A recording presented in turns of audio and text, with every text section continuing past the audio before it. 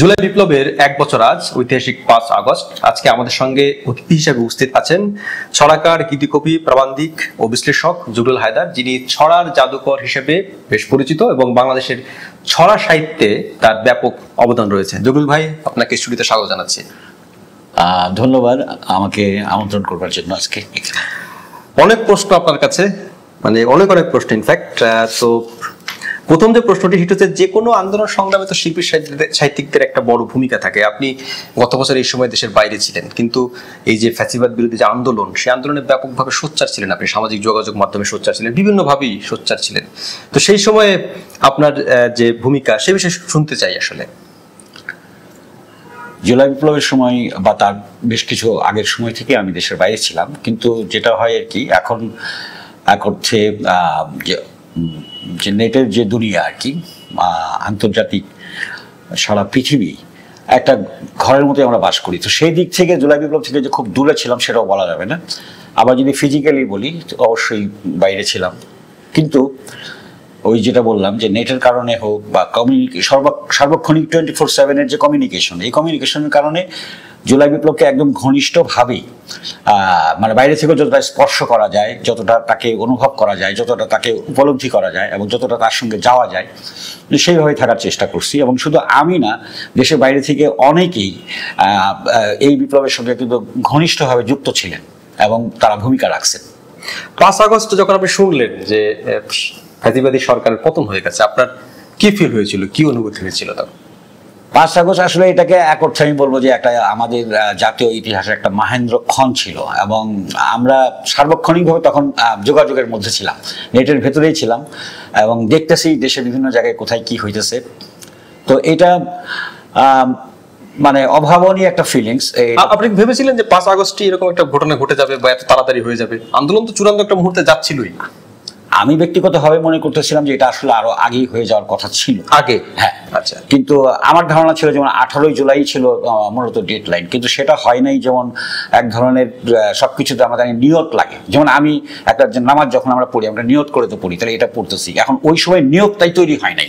নিয়তটা তৈরি না হওয়ার কারণে পরিস্থিতি কিন্তু এমন হয়ে গেছে যে আমরা যদি শুধু বাংলাদেশ না, সারা পৃথিবীর ইতিহাসে যদি দেখি, যে মাত্রায় আন্দোলন গেছে, যে মাত্রায় আত্মাহুতির ঘটনা ঘটছে, যে মাত্রায় মানুষ মারা যাচ্ছে, এই ধরনের ক্ষেত্রে আন্দোলন সফল হয়ে যায়। কিন্তু সেখানে প্রকৃতি ওরকম ছিল, কিন্তু মূলত আন্দোলনের কোনো টার্গেট নির্ধারণ করা ছিল না। হ্যাঁ, এটা আমি একটা মনে করছি, যদি টার্গেট থাকতো তাহলে আন্দোলন তখনই পড়ে যেত। তুমি আমার কাছে কি চাও আমি জানি না, এখন আমি তোমাকে কি দিব, বিষয়টা এরকম হয়ে গেছে। সেটাই মানে এক দফার আন্দোলনটা অনেক পরে আসছে। যাই হোক, ফ্যাসিবাদ বিরোধী আন্দোলন বলুন আর যে কোনো বিশ্বব্যাপী যে কোনো আন্দোলন সংগ্রাম বলুন, সেখানে কিন্তু শিল্পী সাহিত্যিকদের একটা বড় অংশগ্রহণ থাকে। আপনি যেরকম ভাবে যুক্ত ছিলেন, তো বাংলাদেশের শিল্পী সাহিত্যিকদের মধ্যেও কিন্তু নানান বিরোধ দেখা যায়, কেউ পক্ষে যায়, কেউ বিপক্ষে যায়। সামগ্রিকভাবে আমাদের শিল্পী সাহিত্যিকদের যে অবস্থান বা ভূমিকা, এটাকে কিভাবে মূল্যায়ন করবেন এই ফ্যাসিবাদ বিরোধী লড়াইয়ে? আমাদের শিল্প সাহিত্যের ক্ষেত্রে আমাদের অতীত যে আন্দোলনগুলো যদি আমরা দেখি, আমরা ব্রিটিশ বিরোধী আন্দোলন দেখি, আমরা আমাদের এখানে পাকিস্তান আন্দোলনকে যদি দেখি, বা তারপর ভাষা আন্দোলনকে যদি দেখি, এবং সর্বশেষ স্বাধিকারের মধ্য দিয়ে আমাদের যে স্বাধীনতার আন্দোলন, এগুলো যদি দেখি আমরা, এগুলোতে সবগুলোতেই কিন্তু শিল্পী সাহিত্যিকদের একটা অনেক বেশি সরব এবং অনেক বেশি প্রোয়েক্টিভ ভূমিকা ছিল।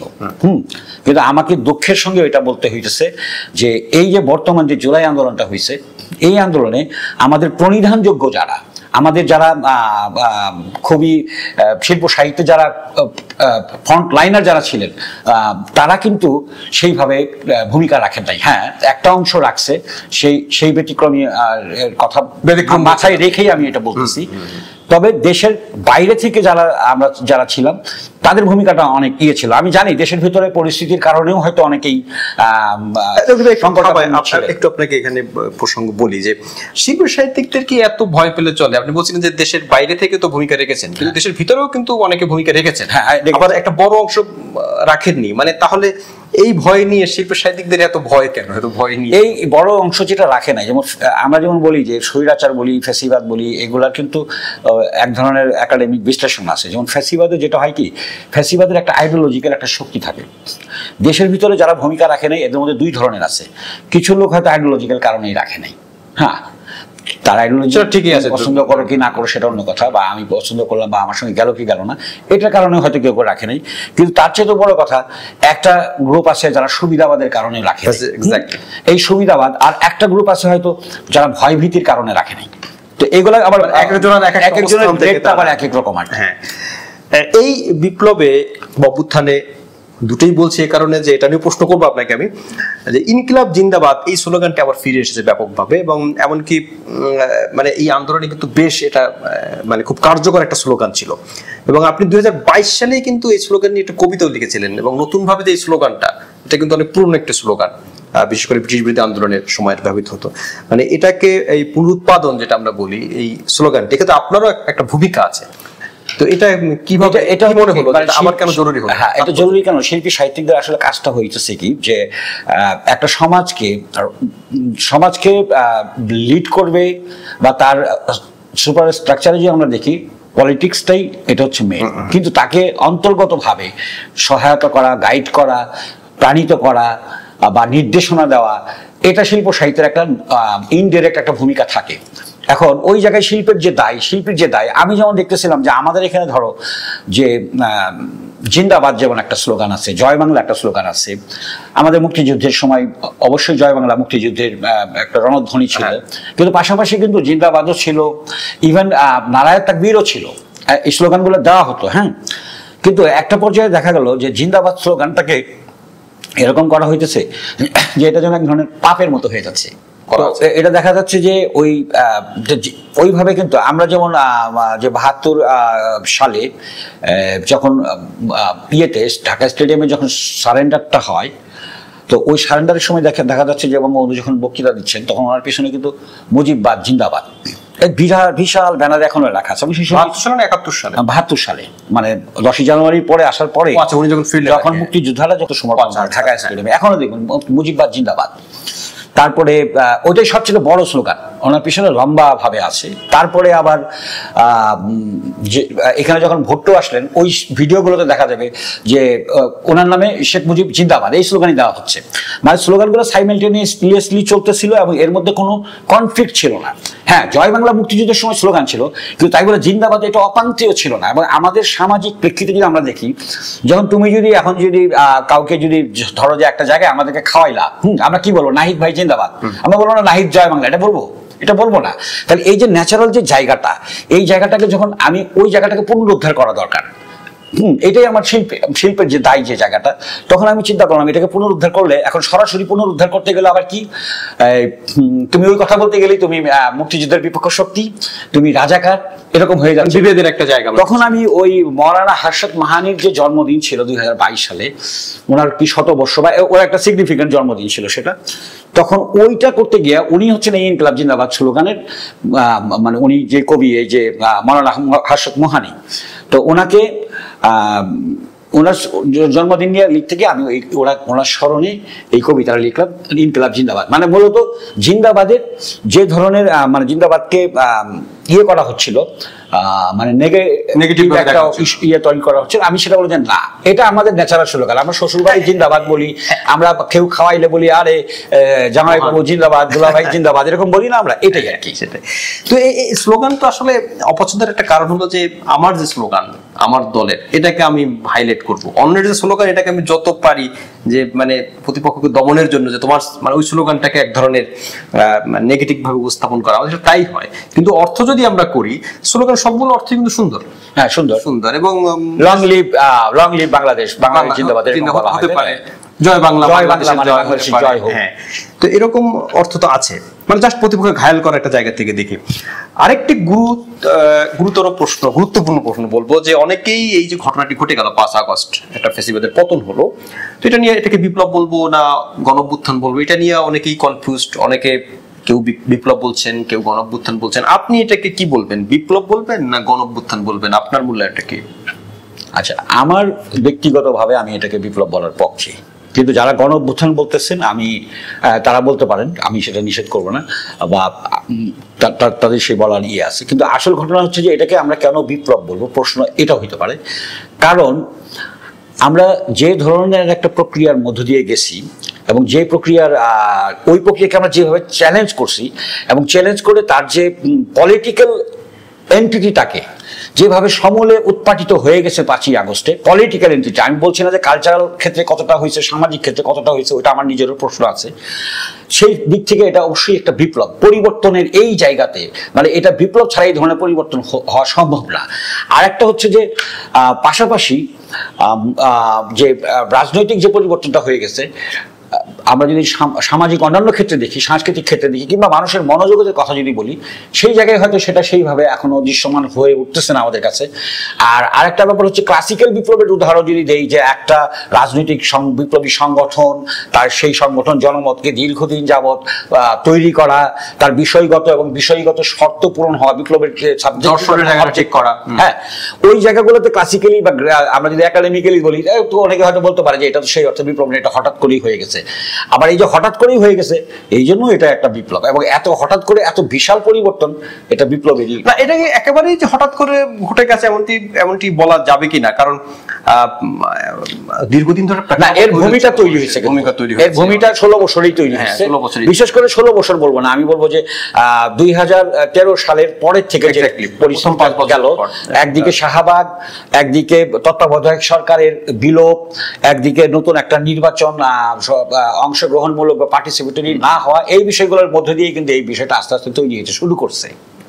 এই যে আপনি মনোজগতের পরিবর্তনের কথা বললেন, আজকে নিউজ পড়লাম যেখানে একজন এসছিলেন, তিনি স্যার ডাক শুনতে চান। স্যার ডাক শোনা নিয়ে কিন্তু বাংলাদেশে বেশ মাঝে মধ্যেই তোলপাড় হয়, এবং তিনি তো এই যারা কর্মকর্তা আছেন তারা এখনো 5 আগস্টের পরিবর্তনের কথাই বলছিলেন, যে অন্তত এখনো ওনারা স্যার ডাক কেন শুনতে চান, মানে নাগরিকদের তারা ভৃত্য বা ছোট নাগরিক, ছোট শ্রেণীর কেন মনে করেন তারা, মানে এই অভ্যাস আমাদের কবে যাবে? 5 আগস্ট মানে এই মানসিকতাটা খুব খারাপ। স্যার যে কাউকে ডাকতে পারে, তুমি আমাকে না শুনলে আমি রাগ করছি, আমাকে কেন বলনি, আমাকে এই মানসিকতাটা খারাপ। আর অরিজিনালি তো সরকারি কর্মকর্তা কর্মচারী এক অর্থে, যেটা ইংরেজিতে আমরা বলি পাবলিক সার্ভেন্ট, হ্যাঁ, আবার সার্ভেন্ট শব্দটাও আমাদের এখানে ভুলভাবে ব্যাখ্যায়িত হয়। যেমন আমরা সার্ভিস বলতে মানে চাকরি বলি, কিন্তু সেবা বলি না। আসলে সার্ভিস মানে হচ্ছে সেবা, এবং যিনি তাকে আবার সার্ভেন্ট বলে আমরা চাকর বলি। সার্ভেন্ট মানে চাকর না, সে হচ্ছে সেবক। মানে আমরা যদি খেদমত যে করছি, হ্যাঁ, তো এই অর্থগুলো শব্দগুলোর কারণেও কিন্তু অনেক সময় একই জিনিস ভিন্ন অর্থ বহন করে, বা এক ধরনের আমাদের চেতনার মধ্যে ভালো লাগাও উৎপাদন করে অথবা মন্দ লাগা উৎপাদন করে। তা আমরা চাই যে অ্যাক্সেসটার জন্য ওই ভালো লাগার মধ্যে দিয়ে নিতে পারি। স্যার যদি যে কেউ যে কাউকে বলতে পারে। আমি যেমন আমেরিকার অভিজ্ঞতা, কিন্তু সেটা না বললে তো গোসা করার তো কিছু নেই, গোসা করার কিছু নেই, আমেরিকার গোসা করার তো কিছু নাই। এবং আমেরিকার আমি উদাহরণ একটু ছোট্ট করে বলি। যেমন ধরো যে মানে আমি দেখছি যে প্রিভিলেজরা নন প্রিভিলেজকে স্যার বলে। যেমন তুমি একটা চার দোকানে যাবা, can I have a tea, তুমি sir can I have a tea, মানে ওখানে তো ওই শ্রেণী বৈষম্য নেই, তারপরও যিনি একটু ভালো অবস্থানে আছেন আর যিনি দুর্বল অবস্থানে আছেন, দুর্বলকে সবল ছাড়, ওখানে আসলে দুর্বলটা ওইভাবে বলা যায় না। তারপরেও যে মনে করো যে তুমি বাসে বোঝানোর জন্য বলবা, বাসে উঠতেছো, তুমি ড্রাইভারকে বলতেছো স্যার ডু গো টু অমুক ওই জায়গায় কি যাবেন নাকি, কাছ থেকে ওই জায়গায় যাবে, তুমি স্যার বলতেছো, সে কিন্তু বাড়ি কিংবা ওই যে আমরা যেরকম মিয়া বেটা ভাই, মানে ব্যাপারটাকে তারা খুব ইজি করে নিয়েছে। মানে ওখানে ওই রকম কোনো ইয়ে নেই যে স্যার বললে না বললে কিছু যাবে আসবে, ব্যাপারটা খুব না, মানে এইটার কোনো প্রশ্নই নাই। স্যার বলো ম্যাম বলো, ওই ম্যামও বললে তুমি সেলস ওম্যান যে থাকতেছে, সেলস গার্ল যে থাকতেছে, মানে উপরের ব্যক্তি, তুমি মিলিয়নিয়ার, তুমি বিশাল কিছু, তুমি যখন সেলস গার্লস এর সামনে যাচ্ছ, তো ma'am can I have a soda, আমি কি একটা কোক বা ড্রিঙ্কস পেতে পারি, ওইভাবেই বলতেছে। আমেরিকার এই রেওয়াজটা শুনে খুব ভালো লাগলো, যে বাংলাদেশেও যদি এরকম কিছু হতো অন্তত আমাদের ভালোই লাগতো। বাংলাদেশ বারবার হোঁচট খায়, এবং এই অভ্যুত্থান সে আবারও পুরনো ধারায় ফিরে যায় কিনা, মানে পরিস্থিতিতে পাল্টাচ্ছে না, যে হোঁচট খাচ্ছে বারবার। অনেকগুলো ঘটনা ঘটে গেছে, ধরেন ব্রিটিশ বিরোধী আন্দোলন তো হয়েছে, মুক্তিযুদ্ধ হয়েছে, অভ্যুত্থান হয়েছে অনেকবার, এরপরও আবার ঘুরে ফিরে সেই একই জায়গায় আমরা যাচ্ছি কেন বারবার এই হোঁচট খাচ্ছে? এটা হচ্ছে যে আমাদের আসলে বাঙালি জাতির এক ধরনের একটা ইয়ে আছে, আমাদের একটা সম্ভাবনার জায়গা আছে, শক্তির জায়গা আছে, আবার একটা দুর্বলতারও জায়গা আছে, সংকটেরও জায়গা আছে। আমি আমাদের প্রিয় কবি আসাদ চৌধুরী, আসাদ ভাইয়ের একটা উদাহরণ দিই। আসাদ ভাই তখন জার্মানিতে থাকেন, উনি এই গল্পটা করছেন। ওই জার্মানিতে যখন থাকে, বাঙালিরা দেখা যাচ্ছে যে মাইক্রো লেভেলের কাজকর্মে খুবই দুর্বল, মানে খুবই অমনোযোগী, অথবা ওই কাজটা অন্য অন্য ভাষাভাষী ছাত্ররা, বিদেশি ছাত্ররাই তারা যেভাবে করে অ্যাটেন্টিভলি বা যেভাবে সিরিয়াসলি করে, বাঙালিরা ওটা সিরিয়াস থাকে না। তো এর মধ্যেই আসাদ ভাইরা তারা কি স্যার হয়ে উঠতে চায়, বড় চাকরি চায়। হ্যাঁ, কিন্তু এর মধ্যে আসাদ ভাইরা একবার একটা ইয়ে করলো যে বাঙালির একটা প্রোগ্রাম করবো, ওরা প্রফেসরকে বললো যে আমরা একটা প্রোগ্রাম করবো আমাদের স্বাধীনতা বা এরকম একটা কিছু। তো উনি বলতেছে হাউ কাম, তোমরা এটা পারবা, তোমরা তো অনেক তোমাদেরকে এটা দেখে আমার মনে হয় না। কিন্তু বাঙালিরা ওই কাজটা, ওই যে কালেকটিভ ওয়ার্কটা, ওই অর্গানাইজেশনাল কাজটা এমন ভাবে করলো যে উনি স্পেল বাউন্ডেড হয়ে গেলেন, উনি স্তব্ধ হয়ে গেলেন। তোমরা এত, তোমাদের মানে সামর্থ্য কিংবা পারফরমেন্স লেভেল এত হাই, আমি এটা মনে করিনি। এখন আমরা কিন্তু এই কাজগুলা, যে কাজগুলো আমাদের কালেকটিভ কাজগুলো, আমরা এগুলো খুব ভালো পারি, কিন্তু আমার ব্যক্তি জীবনের যে আমার ছোট ছোট টুকরি রাখি যে কাজগুলা, প্রকৃত যে দৈনন্দিন যে কাজগুলো, এগুলো আমরা ঠিক মতো করতে পারি না। আমরা দেখো যে পরিবর্তনগুলো আমরা এত অল্প সময় ঘটলাম, আমরা 47 ঘটাইছি হাতুমে বিড়ি মুমে পান লালকে লিঙ্গে পাকিস্তান বলে এই পোলাপান ঘটাইল, তাই না? আবার 52তে কিভাবে ছাত্ররা একটা ঘটনা ঘটায় দিল, একই ঘটনা 71-এ কারা, এই যে এই সমস্ত কৃষক, শ্রমিক, ছাত্র, যুবা, এরাই তো করলো, তাই তো? তাহলে এত বড় বড় ঘটনা আমরা ঘটাইতে পারতেছি, কিন্তু আমাদের দৈনন্দিন জীবনের যে বিষয়গুলো, এগুলো অনেক কঠিন হয়ে যায় আমাদের জন্য, অথবা আমরা এগুলোকে সেইভাবে করতে পারতেছি না। এখন এই জায়গাটাতে আমাদের মানে এইটা আমরা অসুখ করছে এইটা। এখন এই অসুখটাকে যদি এখন আমরা আইডেন্টিফাই করতে পারলাম, তাহলে আমাদের এটার ওষুধ প্রয়োগ করতে হবে এইখানে, আমাদের দৈনন্দিন জীবনযাত্রায়, আমাদের দৈনন্দিন জীবনাচার, আমাদের দৈনন্দিন প্রক্রিয়ার পরিবর্তন আনতে হবে। যদি এটা আমরা না আনতে পারি, তাহলে আমরা অনেক বড় কাজ আরেকটা ঘটায় ফেলতে পারবো আর আগামী 20 বছর পরে। কিন্তু সেটা তো আমার যতটা জরুরি, তার থেকেও জরুরি হচ্ছে আমার এই প্রতিদিনকার কাজ। এই প্রসঙ্গে একটু বলি, সিঙ্গাপুর যে পরিবর্তন হয়ে গেল, লি কুয়ান ইউ, উনি কিন্তু এইটাই ফোকাস করেছিলেন যে আমি আমার নাগরিকদের পরিবর্তন করব, এবং নাগরিকদের পরিবর্তন করতে পারলে রাস্তাঘাট, অবকাঠামো, এগুলো নাগরিক নিজে করে নেবে, এটা এমন কিছু না, নাগরিকদেরই পরিবর্তন করতে হয়। তো আপনি এই জুলাই নিয়ে ফ্যাসিবাদের বিরুদ্ধে তো দীর্ঘদিন ধরেই সোচ্চার, এবং প্রায় প্রতিদিনই কিছু না কিছু লিখছেন, এবং জুলাই কিন্তু আমাদের একটা, যেটা বলছিলেন যে আমাদের ইতিহাসের একটা বড় অংশ হয়ে গেছে। তো এটা নিয়ে আপনি একটা ছড়া লিখেছেন, দ্রোহের জুলাই। আমি খুব ভালো আবৃত্তিকার না, তারপর আমি পড়ছি। দ্রোহের জুলাই, জগলুল হায়দার। মুহূর্ত সব মুখর ছিল, মৃত্যু ছিল মুঠোয়, ইস্টাফিলের সিঙ্গা বাজে, সময় দুপুর দুটোয়, ফুলের কুসুম ঝরছিল সব, বারুদ লেগে বোটায়, এমন করেই ইতিহাস তো নতুন সূর্য ওঠায়, উঠলো সুরুজ, কাটলো আধার, তাই ভেবে বুক ফুলাই, আগস্ট মাসেই কে দেখেছে এমন দ্রোহের জুলাই। জুলাইকে আপনি দ্রোহের বলছেন, মানে জুলাই যে সহজে নিস্তেজ হবে না এটা বলছেন। একই সঙ্গে মানুষ হতাশ হয়ে যাচ্ছে। তো জুলাই কিভাবে আমাদেরকে সামনের দিকে আলো ফেলতে পারে আমাদের সামনের জীবনে? এই ছড়ার আঙ্গিকে, ছড়াটা লিখেছেন এর আঙ্গিকে। জুলাইয়ের সবচেয়ে বড় শিক্ষা, আমি একটা বিজ্ঞাপন আছে, এটা যদি হিন্দিতে যদি আমি বলি, যে কিন্তু বাংলার কাছাকাছি এগুলা, মানে ডর কে আগে জিত হয়। এক্স্যাক্টলি, এটা ডর কে আগে জিত হয়। জুলাই আমাদের এই শিক্ষা দিচ্ছে যে যদি আমরা ডরকে অতিক্রম করতে পারি, তাহলে আমরা জিত নিশ্চিতভাবেই পাবো। জুলাই ভয় অতিক্রমের, ভয়কে ভেঙে ফেলবার যে অদম্য শক্তি, তার পুনরুৎপাদন করছে আমাদের এই তারুণ্যের বুকে। এটাই হচ্ছে জুলাইয়ের বড় শক্তি, আমরা এটা ভালো মতো উপলব্ধি করি। তাহলে আমরা কি পারে এখন হতাশ হয়ে পড়বো, নাকি আশাবাদী থাকবো যে একটা কাঙ্ক্ষিত না হলেও অন্তত পরিবর্তনের সূচনাও যদি হয়? আপনার কি মনে হয় পরিবর্তন হবে আদৌ? আমি হতাশ হব না, কারণ আমি মনে করি যে পলিটিক্যাল মানে যে কোনো সামাজিক যে আমরা বিবর্তন বলি, বলি, এটা একটা প্রসেস। আমরা প্রসেসের মধ্য দিয়ে আমরা অনেক কিছু আশা করি, কিন্তু সবকিছু পাই না। যেমন ধরো যে আমরা 71-এ কি আশা করছি, অনেক একটা ইনসাফ আমরা হয়তো সেই জায়গায় আমাদের প্রত্যাশা পূরণ হয় নাই, কিন্তু 71-এর পূর্ববর্তী অবস্থান থেকে তো আমাদের ডেভেলপমেন্ট ঘটছে, আমরা তো অনেক কিছু অর্জন করেছি। একই ঘটনা 47-এও ঘটছে। আমরা যখন ব্রিটিশ শাসনের অধীনে ছিলাম, সেখান থেকে আমরা যখন আসলাম, আমাদের হতাশার জায়গা অনেক তৈরি হয়েছে, কিন্তু আমরা তো এক ধরনের ডেভেলপমেন্টের জায়গায় আসি। তো এবং 90-এর দেখো একইভাবে আমরা কি গণতান্ত্রিক যে অভিযাত্রাটা হলো, তার মধ্যে আমরা কিন্তু কিছু তো অ্যাচিভ করলাম। এখন আমরা যা চাইছি সবই অ্যাচিভ করতে পারি না। একটা বিষয় হলো যে সবাই অনেকে রাতারাতি পরিবর্তন চাইছেন। 5 আগস্ট হয়ে গেছে, 1 বছর হয়ে গেছে, এখনো কেন পরিবর্তন হচ্ছে না? এটা রাতারাতি হবে না। বিপ্লবটা রাতারাতি হয়ে গেছে, কিন্তু বিপ্লবের পরে যে আয়োজনটা থাকে, যেমন প্রতিটা বিপ্লবের ক্ষেত্রে এটা ঘটছে। আমি যদি ফরাসি বিপ্লব বলো, রুশ বিপ্লব বলো, ইভেন আমাদের চীনে এখানে কাছাকাছি আমাদের চীনের যে বিপ্লব হলো, বা সর্বশেষ যে উত্তর আধুনিক জামানার যে বিপ্লব আমরা যেটাকে বলি এই ইরান বিপ্লব, এইসব বিপ্লবগুলোতেও কিন্তু বিপ্লবের পরে এক ধরনের চাপানোতর চলছে। বিপ্লবী পক্ষগুলোর মধ্যে এক ধরনের একটা সৃষ্টির যে সময়টা যে এটা চলছে, এটার পরে দিয়ে একটা জায়গায় স্টেবল হয়েছে। এখন আমাদেরও এই সময়টুকু দেওয়া লাগবে, আমরাও ওই পর্যায়টাই অতিক্রম করতেছি, যার ফলে বিপ্লবী পক্ষগুলোর মধ্যে এক ধরনের চাপানোতর, এক ধরনের হেলদোল। কিন্তু আবার একটা জায়গায় কিন্তু ওই জিনিসটা যে বিপ্লবকে অন করার ব্যাপারে কিন্তু আবার ওই জায়গাটাই বটম লাইন কিন্তু ওইটা, যে এই বটম লাইনটা যদি থাকে, জুলাই এখন এটার বটম লাইন, যে অর্থাৎ যেমন আমাদের স্বাধীনতা মুক্তিযুদ্ধ জীবন একটা বটম লাইন, আমাদের জুলাই আমাদের একটা বটম লাইন। এই বটম লাইনের উপরে দাঁড়ায় আমাদের ভবিষ্যৎকে কল্পনা করতে হবে, ভবিষ্যৎ আকাঙ্ক্ষাগুলোকে বাস্তবায়নের দিকে যাওয়া লাগবে। তুই বলেছেন। আর এই যে মনোজগতের পরিবর্তনের প্রসঙ্গ বলছিলেন আপনি, তাহলে কি করণীয়? মনোজগতে আমাদের পরিবর্তন হচ্ছে না কেন? আসলে কি করবে রাষ্ট্র?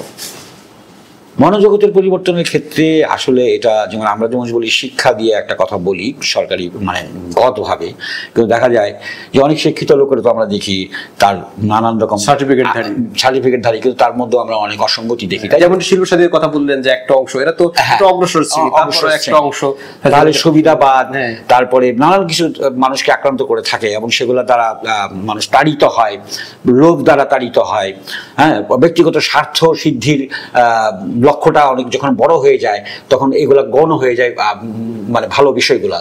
তো ওই জায়গাগুলোতে আমাদের করতে হবে কি, যেমন পরিবারের একটা দায়িত্ব থাকে।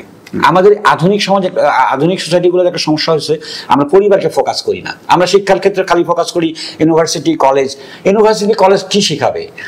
একটা তত্ত্ব শিখাবে, একটা প্রয়োগ শেখাবে, কিন্তু প্রকৃত মানুষ হওয়ার শিক্ষার বেসিক্সটা লাগবে হচ্ছে ফ্যামিলি থেকে।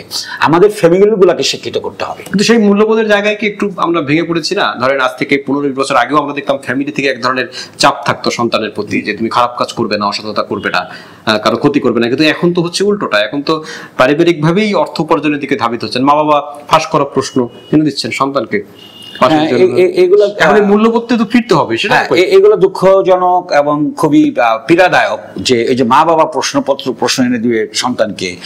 তো এখন পরিস্থিতি সামগ্রিকভাবে এইদিকে চলে গেছে, ফলে ব্যক্তিও এর দ্বারা আক্রান্ত হয়। তো এখন এই ব্যক্তিকে সেভ করার জন্য বা ব্যক্তিকে পরিশোধিত করার জন্য এবং সমাজকে পরিশোধিত করার জন্য আমাদের এক ধরনের পরিকল্পনা লাগবে। আমরা যেমন আমি এটা চীনের উদাহরণটা দিই। চীনে যখন বিপ্লব হয়ে গেল, বিপ্লব হওয়ার অনেক বছর পরেই কিন্তু যখন দেখা গেল যে কাঙ্ক্ষিত পরিবর্তন আসলো না, তখন কিন্তু মাও জেদং বা মাও সেতুং আমাদের এখানে পপুলারলি যেটা বলে, তো মাও জেদং করলো কি, যে সাংস্কৃতিক বিপ্লবের ডাক দিল। এবং সাংস্কৃতিক বিপ্লবে সে তিনটা জিনিস, যেমন চীনাদের এক সমস্যা ছিল কি, চীনারা অনেক খর্বাকায় হতো, যেটা পশ্চিমারা চীনাদেরকে খুব করতো, খুঁচাইতো, ওরা অনেক শর্ট হইতো। তো মাও সেতুং এটাকে খেয়াল করলেন। আরেকটা জিনিস খেয়াল করলেন যে চীনাদের এইটা হওয়ার পিছনে দুইটা কারণ ছিল। চীনারা স্যান্ডেল পরতো না, এই সময় জুতা পরতো না। কেন পরতো না? ওটা অভ্যাস ছিল না, মানে অধিকাংশ গ্রামের লোক, বাংলাদেশে তো এখন জুতা ছাড়া। আচ্ছা, এইটা। আরেকটা ছিল চীনাদের পেটে অনেক কৃমি হইতো, হ্যাঁ কৃমি হতো, এবং চীনারা শারীরিকভাবে ছিল, তো করলো। তখন মাও সেতুং এই বিপ্লবের জন্য তিনটা জিনিসকে সিলেক্ট করলো, যে এই তিনটা কাজ করতে হবে, যে from today every Chinese should have a bicycle. প্রত্যেক চাইনিজের একটা করে বাইসাইকেল থাকতে হবে। Every Chinese should drink hot water. এখনো তুমি চীনে গেলে দেখবা ওই প্রত্যেকটা রাস্তার মোড়ে মোড়ে, এখন আছে কিনা আমি জানি না, মানে ওরকম থাকতো, হট ওয়াটার থাকতো, সবাইকে হট ওয়াটার খেতে হবে। তাহলে ওই যে গুড়া কৃমিগুলো মারতে হবে। হট ওয়াটার থাকলে ওই কৃমি হবে না। ওই কৃমির জন্য, কৃমি যে ওর ভিতরকার খায় ফেলে, ও যে বাড়তে পারে না, ওইটা একটা কারণ। আর মাটি থেকে যে ওই যে কৃমির যে ইয়েটা আসে, যে every China should have a pair of shoes. প্রত্যেক চাইনাকে অবশ্যই এক জোড়া স্যান্ডেল থাকতে হবে। এই প্রসঙ্গে তাহলে বলি, তাহলে আমাদের সেই নেতাটা কোথায়? আমাদের তো এই যে আমাদের সমস্যা বুঝে যে ব্যবস্থা নেবে, হ্যাঁ, সেই নেতা আমাদের দেশে কোথায়? আমার তো সেই নেতা দেখছি না, বিপ্লবের সেই নেতা তো নেই দেশে। আমাদের তো আমাদের ভাগ্য কোথায় যাবে? সেই নেতার জন্য আমরা ভবিষ্যতের কাছে, মহাকালের কাছে আহ্বান করি। তবে আমি মনে করি যে নেতার যে ক্যারিসমাটিক যে নেতা, যেটা এখনকার জামানায় ক্যারিসমাটিক নেতার চেয়ে কালেকটিভলি আমাদেরকে আগাইতে হবে। আসলে একজন নেতা এসে একটা বাসি ফু দিবে আর আমরা সবাই ভালো হয়ে যাব, এটা হয়তো হবে না। আমাদেরকে ভালো হতে হবে, ইঞ্চি ইঞ্চি করে ভালো হতে হবে, নিজের জায়গা থেকে আগে ধারণ করতে হবে। শেষ প্রশ্ন আজকের, যে বাংলাদেশকে মানে এই যে এখন এত বড় একটা পরিবর্তন হয়ে গেল, বাংলাদেশকে কোথায় দেখতে চান, কোথায় মানে আগামী যদি 5 বছরের কথা বলি আমরা, আগামী 5 বছর পরে কোথায় দেখতে? আমি মনে করি বাংলাদেশের সমাজকে আমি একটা ঐক্যবদ্ধ সমাজ হিসেবে দেখতে চাই। এই ঐক্যবদ্ধতা যদি আমাদের থাকে, আমাদের রাজনৈতিক বিভাজন কিংবা দলীয় যে বিষয়গুলো আছে এগুলো তো থাকবেই, ছোটখাটো বিষয় তো বিভাজন, কিন্তু একটা জায়গাতে আমাদের ঐক্যের জায়গায় দাঁড়াতে হবে। যদি আমরা যদি ঐক্যবদ্ধভাবে দাঁড়াই তাহলে পৃথিবীর কোনো শক্তি আমাদের ভেতরে কিছু করতে পারবে না, এবং আমাদের যে সম্মান, আন্তর্জাতিক ক্ষেত্রে যে সম্মান, সেটা অনেক বেশি অর্জিত হবে। এবং বাংলাদেশের সবচেয়ে বড় সম্পদ যেটাকে বলা হয়েছে, এটাও একটা ভুল, আমি এটা অনেক আগে আমার ইয়েতে বলছি, বাংলাদেশের বড় সম্পদ হচ্ছে বাংলাদেশের জনশক্তি, জনসংখ্যাটাকে আমি মনে করি যেটা ম্যান পাওয়ার, তাই না? এই যে পাওয়ারটা আজকে সারা বাংলাদেশের 18 কোটি লোক আছে, কিন্তু বাংলাদেশের 1.5 কোটি লোক ডায়াসপোরা হয়ে রয়েছে সারা পৃথিবীতে, তাই তো? তাহলে পৃথিবীতে এই লোক আমরা লোক সাপ্লাই দিচ্ছি, অথবা ম্যান পাওয়ার সাপ্লাই দিচ্ছি, বা পৃথিবীতে আমাদের লোকেরা গিয়ে এক ধরনের ওইখানে অবস্থান করতেছেন, সেখানে প্রতিষ্ঠা লাভ করতেছেন, এবং সেটার একটা ফিডব্যাক কিন্তু আমার কান্ট্রি পায়, বাংলাদেশ পায়।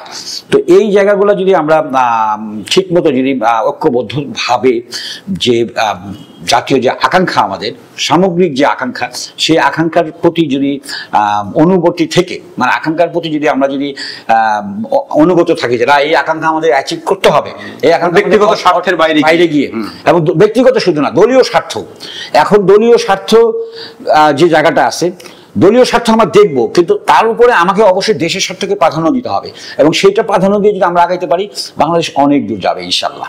ইনশাল্লাহ। আমরা শেষ করব আপনার একটা ছড়া দিয়ে, এই ছড়াটি আপনি পড়বেন, কারণ এটা খুবই মানে একরকমের বিদ্রোহী ছড়া আমি বলবো, এবং ফ্যাসিবাদের বিরুদ্ধে সবার আমি টিচার, এই শিরোনামের ছড়াটি আমরা জগলুল ভাইয়ের নিজের কণ্ঠে আমরা শুনবো। আচ্ছা, এর সঙ্গে আমি একটু কয়েক সেকেন্ড বলি যে ফ্যাসিবাদ বিরোধী, এটা 2024 সালের ফেব্রুয়ারির বইমেলায় প্রকাশ হয়েছিল এই বইটা। এটা ফ্যাসিবাদ বিরোধী প্রথম এই কবিতার বা ওই সময় হয়েছিল। আর একটা ছিল আমার, এটা ছিল স্বাধীনতা সবার, এটা আরো বছর 2 আগে ছিল, হ্যাঁ, এই বইটা। তো যাই হোক, আমি এখান থেকে এই ছড়াটা পড়তেছি। হায়দারি হাঁক আমার এই বইটার নাম। ছড়ার নাম হচ্ছে সবার আমি টিচার। বিশ্বজুড়া পাঠশালা মোর, সবার আমি টিচার, আমার কাছে শিখবে সবাই হিউম্যানিটির বিচার। শিখবে মানুষ গুম করার, গুপ্ত হত্যার আচার, আস্ত মানুষ কইরা গায়েব, পাশের দেশে পাচার। ক্রসফায়ারও শিখবে আবার গণগ্রেপ্তার আটক, শিখবে কোটার কেসের নামে প্রহসনের নাটক। শিখবে কে তা কেমনে জেলে রক্ষকই হয় কিলার, শিখবে এসে বাস্তবে সব হলিউডি থ্রিলার। শিখবে হামলা ভুয়া মামলা করতে হুকুম তামিল, কেমনে তাতে প্রবাসী আর মৃতও করবে সামিল। শিখবে আরো কত কিছু মিথ্যা কলাম ফিচার, শিখবে আরো কত কিছু মিথ্যা কলাম ফিচার। বিশ্বজোড়া পাঠশালা মোর, সবার আমি টিচার। ধন্যবাদ জগলুল ভাই, একজন স্বৈরাচারকে, একজন ফ্যাসিবাদী শাসককে পোট্রে করার জন্য দারুণ ছড়া লিখেছেন। আপনার সঙ্গে আবারও কথা হবে নতুন অন্য কোনো বিষয় নিয়ে। ভালো থাকবেন। ধন্যবাদ নাহিদ। দর্শক, আজ পর্যন্তই, কথা হবে নতুন কোনো ভিডিওতে বা নতুন কোনো আলোচনায়।